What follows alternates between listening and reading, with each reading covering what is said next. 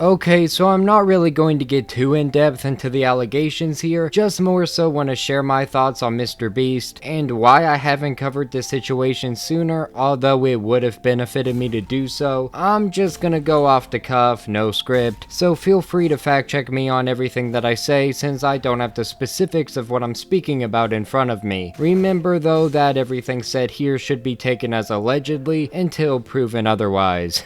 Yeah, don't sue me. Full transparency, I have never been the biggest fan of Mr. Beast. My first time ever seeing one of his videos was probably the Star Wars one, the one where he had people dressed up in Star Wars costumes and walking around. It was really wholesome, I didn't have a problem with it, it was just really sweet and stuck with me because of it. Throughout the years, I haven't really been somebody that followed him, I haven't been a really big fan, but whenever he does like really good things, I'm still obviously impressed by it. I think he does a lot of good, and I think a lot of the criticisms that he gets while he does that good is kinda stupid. For example, the people that get all mad because he posts the good that he does as videos and monetizes them. I think that's kind of a stupid criticism, to be completely honest with you. If I had the ability to do what he does, then I would definitely go out of my way and do it. I mean, he makes videos and makes money off of those videos, and then uses said money to make more videos, and that's kinda exactly what YouTube is. Now the twist with his videos though is that he does a lot of good things during those videos, so much that I couldn't even fathom being able to do it in my lifetime. Homie has built wells, built houses, given people the ability to use senses that they never were able to use before. It's honestly kind of amazing. The amount of lives that was impacted from that shouldn't be understated because you don't like the way that it happens. And since we're on that, we also don't know what he does on his spare time. We don't know if he goes out of his way and donates to charities. We don't know how much money he actually earns from the videos that he makes. We don't even know what percentage he takes out of them. We don't know how much he pays his employees. We don't know any of it. And it's kinda silly the amount of people that pretend like they've got some stake in his pocketbook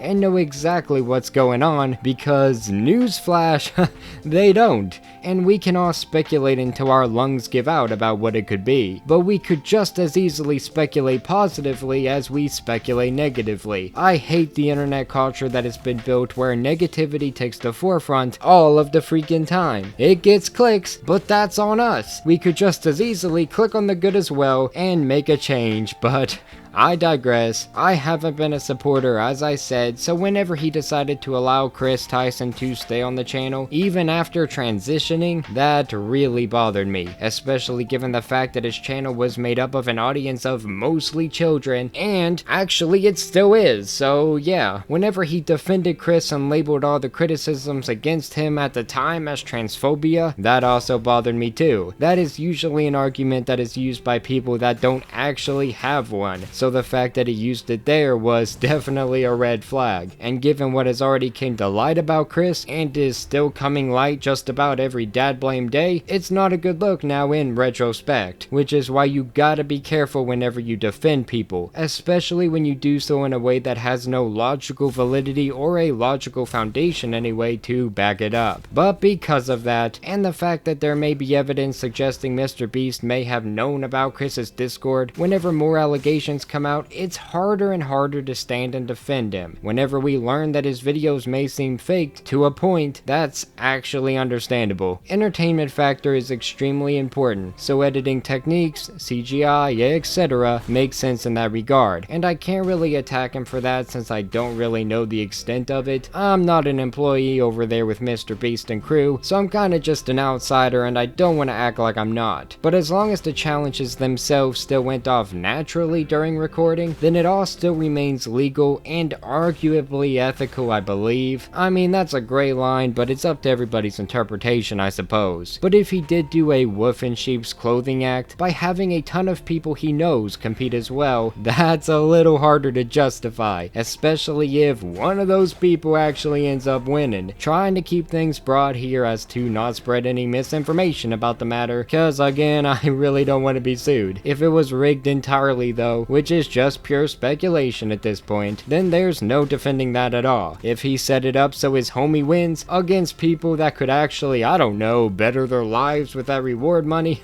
yeah, that's pretty awful. That's pretty gross. Unjustifiable even. Yeah, you know what? Fight me. What makes it worse, if true, is that he has made sure to drill it into our heads that everything is entirely real, entirely authentic. So he's been actively lying all this time for monetary gain.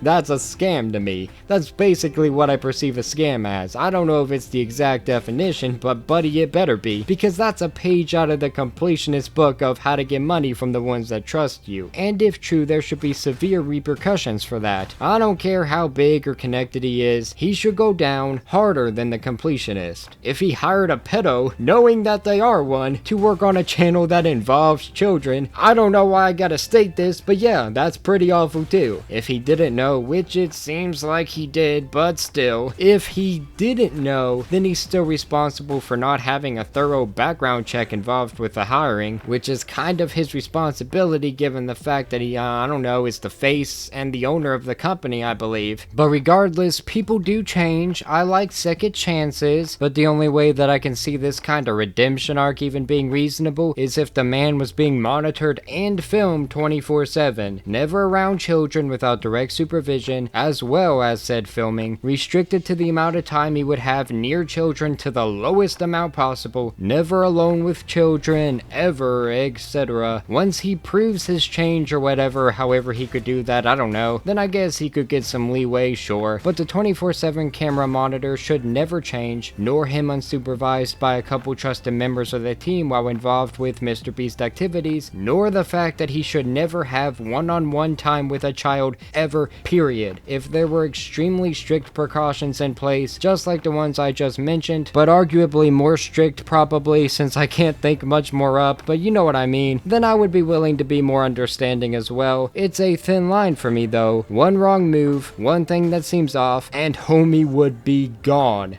Period. If the footage was recorded of his every moment with the Mr. Beast crew, as well as with their fans, if that actually existed anyway, I would personally comb through every single moment of it to ensure that no harm was done due to his hiring. If harm was done, especially since he should also be supervised by other members of the team, around the minors within my example, then they deserve to be prosecuted to the fullest extent of the law. No matter how I feel about any of that though. If that's even all of it, I can't even remember. The biggest issue I have with all of this is the way it has been handled by Jimmy himself. His responses have been, crappy. Only issuing a statement about Chris once backlash happened, not addressing anything in regards to himself specifically, and kinda just ignoring the backlash that's happening instead of offering any sort of answer. Like, homie, give us a cookie crumb here to at least show that you care about it in some regard. Now I get it, there may be legal implications behind why he doesn't respond, totally possible, but it still looks bad to say nothing at all, especially whenever he still has kids watching and subscribing to his channel every single day, every doggone minute even. It just feels wrong to me given the platform he has, but maybe I'd feel differently if I ever garnered a following myself, especially if it was at that size. I have no idea, I'm just some random YouTuber with like 78 subscribers. Anyway, I think that covers all my thoughts on everything so far, or at least everything directly related to Mr. Beast that I can remember. Y'all requested my opinion, so here it is, and I'm sorry if I missed anything. I just don't have much skin in the game here, and I don't want to slander a man over alleged allegations, you know. I mean, he's done a lot of good, and when the bad is confirmed, then I'll be more willing to go after him for it. Now I guess it's just a waiting game where only time will tell. Given all the bad that's happened this year on this doggone platform, I just don't want to imagine the fact that the biggest creator could have made this many mistakes and harmed this many people. Maybe it's bias, maybe it's hopeful thinking, I don't know. I just don't want to know that the platform that I've currently dedicated years of my life to making content for has some of the biggest creators that seem to do the most philanthropy, and at the end of the day they're all just scum. Everybody that seems to be doing good, that seems like a good guy, just isn't. And I hate that. I mean, I'm out here, I want to make a difference in some regard, but now I'm also concerned for the fact that everybody else that wants to make a difference or has wanted to make a difference and has actually made it, something new comes out with him every single day, and it sucks. I obviously had no intentions of milking this situation, but maybe when all evidence is out, out, or when a response from Jimmy is issued, I might actually script a video out, put one out where I actually go over the allegations, all the evidence, make something a lot more professional than this one. It's just a rough situation. It really saps the hope away, you know? Hopefully some of the rising star YouTubers that also want to make a difference in some regard can rise up and be bigger than all the Cody Coes and frickin' who else has screwed up this year? Besides, you know, the ones I've talked about in this video. I don't know. I mean, you get the idea. I'm gonna go ahead and end this. I don't even know what to say now. Have a great day. Thank you.